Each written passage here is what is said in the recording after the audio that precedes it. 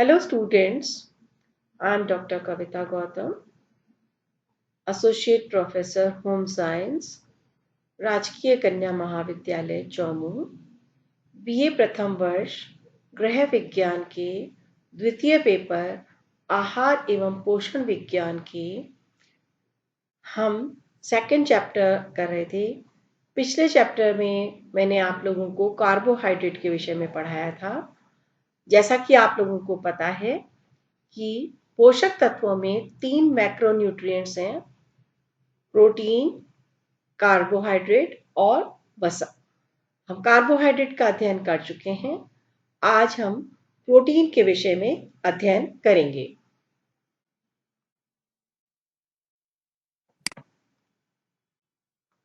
Protein क्या है बेटा? प्रोटीन शब्द जो है इसका प्रयोग सबसे पहले 1938 में किया गया था और ये एक वैज्ञानिक थे। उन्होंने जीव जंतुओं के किन चीजों से बना हुआ है जीव जंतुओं का शरीर, उन सब का अध्ययन करते हुए उन्होंने जब देखा तो उन्होंने देखा कि हमारे सभी जीवित प्राणियों के अंदर कुछ ऐसे तत्व होते हैं जिनसे वो उस व्यक्ति का, प्राणी का शरीर बना हुआ होता है। मतलब निर्माणकारी जो ब्लॉक्स होते हैं वो कुछ कॉमन उन्होंने देखे जीवित प्राणियों के अंदर और उन्होंने उसका नाम प्रोटीन दिया।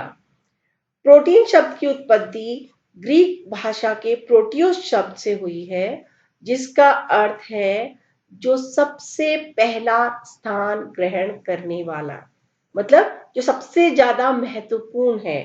तो इस प्रोटीन शब्द से ये पता चलता है कि ये हमारे लिए कितना महत्वपूर्ण या कितना आवश्यक है। सभी जीवित प्राणियों में ये पाया जाता है और अगर हमारे शरीर का हम विश्लेषण करते हैं तो जल के बाद प्रोटीन सबसे महत्वपूर्ण घटक है हमारे शरीर का। प्रोटीन जो है ये कार्बन, हाइड्रोजन, ऑक्सीजन, नाइट्रोजन और सल्फर के का मिक्सचर है, संश्लिष्ट मतलब सिंथेसाइज्ड मिक्सचर है। और कुछ प्रोटीन ऐसे भी होते हैं जिनके अंदर फास्फोरस, आयरन, आयोडीन, कॉपर और कुछ और तत्व भी मौजूद हो सकते हैं। सबसे इंपॉर्टेंट बात यह है बच्चों कि प्रोटीन के अंदर नाइट्रोजन होता है। मतलब प्रोटीन का एक बहुत महत्वपूर्ण घटक है नाइट्रोजन, जो कि कार्बोज और वसा में नहीं था। इसी चीज के आधार पर इसे कार्बोज और वसा से अलग रखा गया है। प्रोटीन जो है ये अमीनो अम्ल नामक छोटी छोटी इकाइयों से बने होते हैं। जैसा हमारा शरीर कोशिकाओं से मिलकर बना है, किसी भवन का निर्माण ईंटों से मिलकर होता है, उसी तरह से प्रोटीन का निर्माण अमीनो अम्ल से मिलकर होता है। और ये अमीनो अम्ल प्रोटीन के बिल्डिंग ब्लॉक तो है ही, लेकिन हमारे शरीर के या हमारी कोशिकाओं के भी बिल्डिंग ब्लॉक ये अमीनो अम्ल या अमीनो एसिड्स ही होते हैं। ये हमारे शरीर के लिए कितने सारे कार्यों के लिए महत्वपूर्ण है। देखो, कोशिकाओं की वृद्धि के लिए, कोशिकाएं अपने आप को जो मेंटेन करके रखती हैं। हमारा शरीर बेटा किस पे आधारित है? कोशिकाओं के जीवन पे आधारित है। और कोशिका कैसे अपने आप को मेंटेन करती है? वो प्रोटीन की वजह से ही अपने आप को मेंटेन कर पाती है। ये हमारे जितने भी ऊतक और कोशिका का एक बहुत महत्वपूर्ण घटक होता है, महत्वपूर्ण पार्ट होता है। ऊतक क्या होते हैं बच्चों? कोशिकाएं, कोशिकाओं का जो समूह होता है, जो पिंड होता है, वो ऊतक होता है। और ऊतकों का समूह मिलकर अंगों का निर्माण करता है। और अंग क्या होते हैं? बहुत सारे अंग मिलके किसी एक तंत्र का निर्माण करते हैं। जैसे पाचन तंत्र है, श्वसन तंत्र है, ऐसे तंत्रों का निर्माण होता है और सारे तंत्र मिलके हमारे शरीर का निर्माण करते हैं। तो आप लोगों ने बचपन में पढ़ा हुआ है बेटा, पहले की क्लासेस में जनरल साइंस में, कोशिका क्या होती है, ऊतक क्या होती है। लेकिन ये मैं सिर्फ आपको रिपीट कर रही हूँ कि कोशिकाएं सबसे छोटी इकाई है और कोशिकाओं के समूह मिलकर ऊतक बनाते हैं। और प्रोटीन हमारे शरीर के विभिन्न कार्य, जैसे हार्मोन्स क्या होते हैं बेटा? मैंने आपको पिछली कक्षा में भी बताया था कि जो हमारी अंतःस्रावी तंत्र ग्रंथियां होती हैं वो किसी स्राव का उत्पन्न करती हैं, और ये अंतःस्रावी ग्रंथियों के जो स्राव होते हैं इन्हें हार्मोन कहते हैं। ये हार्मोन हमारे शरीर की क्रियाओं को बनाए रखने के लिए आवश्यक होते हैं। जैसे थायराइड ग्रंथि से निकलता है ग्रोथ हार्मोन, जिसकी वजह से हमारी वृद्धि होती है। इसके अलावा थायरॉक्सिन निकलता है, जिसकी वजह से हमारी मेटाबॉलिक रेट जो होती है, उपापचयन की दर नियंत्रित होती है। तो हार्मोन हमारे ब्लड प्रेशर को कंट्रोल करते हैं, एड्रिनलिन वगैरह निकलते हैं, ये सब हमारे ब्लड प्रेशर को कंट्रोल करते हैं। तो हार्मोन्स हमारी सारी क्रियाओं को कंट्रोल करते हैं।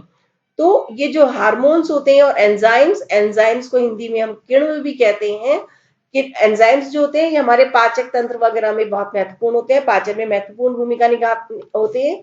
और ये एंजाइम्स भी कहीं कहीं से स्रावित होते हैं, किसी किसी ग्रंथि से, किसी हमारी जैसे आमाशय की जो भीतरी भित्ति होती है उसके अंदर छोटी छोटी ग्रंथियां होती हैं, और उससे ये एंजाइम्स निकलते हैं। तो ये सब चीजें को कौन कंट्रोल कर रहा है? प्रोटीन कंट्रोल कर रहा है। तो प्रोटीन बहुत महत्वपूर्ण होता है। फिर शरीर, हमारे शरीर के अंदर जल को हटा दें तो जो हमारे शरीर का शुष्क वजन होगा उसका आधा भाग मात्र प्रोटीन से बना हुआ होता है। तो सोचो प्रोटीन हमारे लिए कितनी इंपॉर्टेंट चीज है। और ये कई खाद्य पदार्थों में पाया जाता है। मांस, मछली, मुर्गे, अंडे, फलियां और दूध से बने हुए सभी पदार्थों के अंदर, दाल दलहन के अंदर ये प्रोटीन पाया जाता है। प्रोटीन के अगर हम संगठन की दृष्टि से देखें तो प्रोटीन के अंदर जो विभिन्न रसायन होते हैं उनके प्रतिशत मैंने आपको ये सामने चार्ट की तरह दे रखा है बेटा। यहाँ पे आप वीडियो को पॉज कर लीजिए और इनका इस चार्ट को कॉपी कर लीजिए और इसको अच्छी तरह याद कर लीजिएगा कि प्रोटीन के अंदर देखो 50% तो कार्बन है, ऑक्सीजन 32% है, नाइट्रोजन 16% है, हाइड्रोजन 7% है, सल्फर 3% है और फास्फोरस 3% है। अब मैंने आपको बताया कि प्रोटीन कैसे बने हैं बेटा, अमीनो अम्ल से मिलके बने हैं। तो थोड़ा सा हम अमीनो अम्ल के बारे में जानेंगे पहले। तो अगर हम पूछे अमीनो एसिड क्या है, ये प्रोटीन के बिल्डिंग ब्लॉक है या बेसिक इकाई है जिनसे मिलकर प्रोटीन का निर्माण होता है। हमारे शरीर की प्रत्येक कोशिका को अमीनो अम्ल की आवश्यकता होती है और वो इन अमीनो अम्ल का ही प्रयोग करती है। जब हम कोई भोजन ग्रहण करते हैं तो हमारे भोजन का जो प्रोटीन वाला हिस्सा होता है वो जो पाचक तंत्र में जाता है, तो पाचन तंत्र उस प्रोटीन को विखंडित कर देता है छोटे छोटे अणुओं में, और वो जो विखंडन करके उसका सरल रूप में परिवर्तित करता है वो अमीनो अम्ल होता है। अमीनो अम्ल के रूप में ये हमारे रक्त के द्वारा अवशोषित कर लिया जाता है।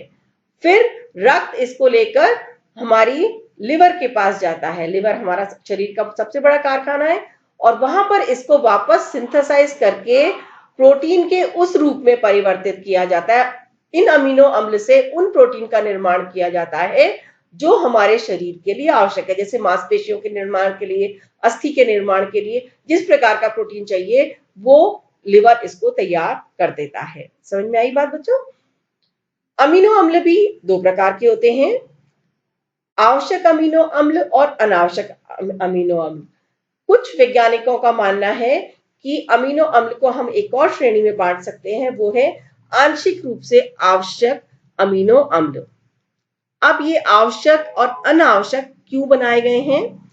आवश्यक अमीनो अम्ल वो वाले अमीनो अम्ल होते हैं जिनको मनुष्य जो या जो भी उच्च श्रेणी के प्राणी हैं वो इनको अपने बॉडी के अंदर संश्लेषित मतलब तैयार नहीं कर सकते हैं। तो लेकिन ये हमारे शरीर के लिए जरूरी है। अगर हमको ये नहीं मिले तो हमारा शरीर इनके अभाव में रोगग्रस्त हो जाता है। तो ये हमारे शरीर के लिए आवश्यक है, बाहर से लेना आवश्यक है, मतलब भोजन के माध्यम से इस प्रोटीन को लेना हमारे लिए आवश्यक होता है। इन अमीनो अम्ल को हमें लेना आवश्यक होता है। समझ में आई बच्चों? ये हमारे शरीर के लिए आवश्यक तो है लेकिन हमारा शरीर अपने आप इसका संश्लेषण अपने आप इनको नहीं बना पाता है, इसलिए इसे बाहर से आहार से लेना आवश्यक है। इसलिए इन्हें आवश्यक अमीनो अम्ल की श्रेणी में रखा है। अनावश्यक अमीनो अम्ल वो हैं जो हमारा शरीर अपने आप संश्लेषित कर लेता है उन प्रोटीन्स का और अपने शरीर की आवश्यकता की पूर्ति हो जाती है। हमारी बॉडी अपने आप ही इनको सिंथेसाइज कर लेती है, अपने आप ही इनको बना लेती है। जो भी कच्चा माल उसको आहार वगैरह से मिल रहा है, शरीर के अंदर से मिल रहा है, उसी से वो इनका निर्माण कर लेती है। इसलिए इन्हें अनावश्यक कहा गया है। शरीर के लिए इनकी आवश्यकता है बेटा, लेकिन अनावश्यक क्यों कहा गया है? कि इनको बाहर से आहार से लेने की आवश्यकता नहीं है। और फिर जो तीसरी श्रेणी मैंने आपको बताई वो आंशिक रूप से आवश्यक अमीनो अम्ल है। ये अमीनो अम्ल वो हैं बेटा जिनकी जरूरत वैसे तो नहीं पड़ती है, लेकिन कभी कभी कुछ विशेष परिस्थिति में, जैसे व्यक्ति जब रोगग्रस्त हो जाता है, तब इन अमीनो अम्ल को भी बाहर से लेने की आवश्यकता हो जाती है। जैसे एक रोग है बेटा फिनाइल कीटोन यूरिया, ये एक अनुवांशिक रोग होता है जिसके अंदर ये विकृति होती है। तो उसमें फिनाइल एलेनिन नामक जो पदार्थ होता है, हमारे दूध का एक हिस्सा होता है, उसका जब विखंडन होता है और उसका जो संश्लेषण होता है, तो उससे टायरोसिन नाम का एक अमीनो अम्ल दूसरा उत्पन्न हो जाता है। लेकिन जिस व्यक्ति को फिनाइल कीटोन यूरिया की प्रॉब्लम होती है, वो इस फिनाइल एलोनिन से टायरोसिन का निर्माण नहीं कर पाता है। तो जिस व्यक्ति को फिनाइल कीटोन यूरिया है, उसको टायरोसिन बाहर से लेना पड़ेगा। तो मतलब कुछ विशेष परिस्थिति में या किसी विशेष रोग वगैरह की स्थिति में किसी किसी व्यक्ति के साथ में ये अमीनो अम्ल बाहर से लेने आवश्यक हो जाते हैं। इसलिए इनसे आंशिक रूप से आवश्यक अमीनो अम्ल कहा है।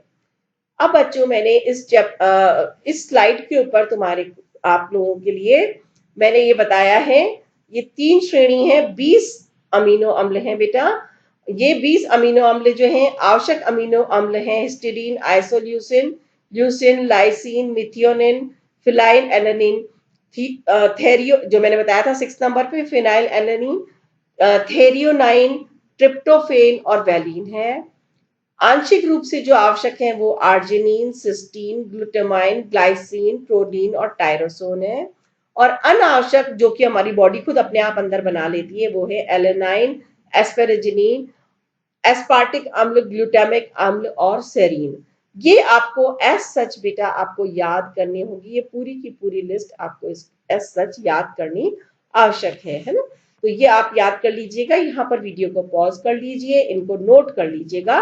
वैसे मैं आपको जो आपके पीडीएफ नोट्स दूंगी उसमें भी इसकी पूरी लिस्ट दूंगी।